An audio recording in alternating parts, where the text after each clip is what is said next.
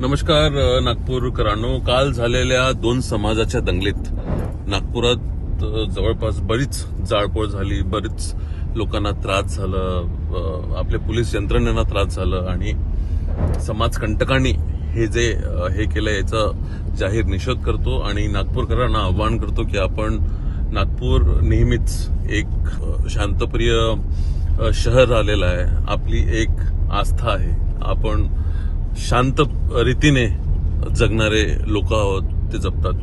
त्याच्यामुळे माझं सगळ्यांना नागपूरकरांना आव्हान आहे की आपण सगळ्यांनी शांततेनं राहावं आणि पोलिसांना सहकार्य करावं आणि माननीय गृहमंत्र्यांना, माननीय पोलीस कमिशनर यांना आणि आपले स्थानिक आमदार असतील सगळ्यांना आग्रहाची विनंती आहे की जे काही कल्परिट याच्यात असतील त्यांना कडेकोड शिक्षा भेटलीच पाहिजे, घरातून काढून त्यांना शिक्षा दिली पाहिजे. कारण की सोसायटीत हा जो मेसेज चाललाय हा खूपच चुकीचा चाललाय. लोकांच्या गाड्यांना जाळणे, दगडफेक करणे, हे दगडफेक यांच्याकडनं येतात कुठून, हे जाळपोळ करू कसे शकतात, यांची एवढी डेअरिंग कशी काय.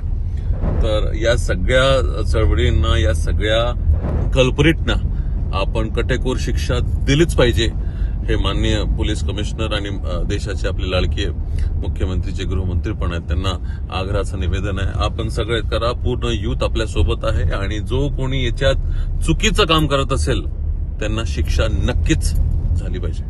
धन्यवाद.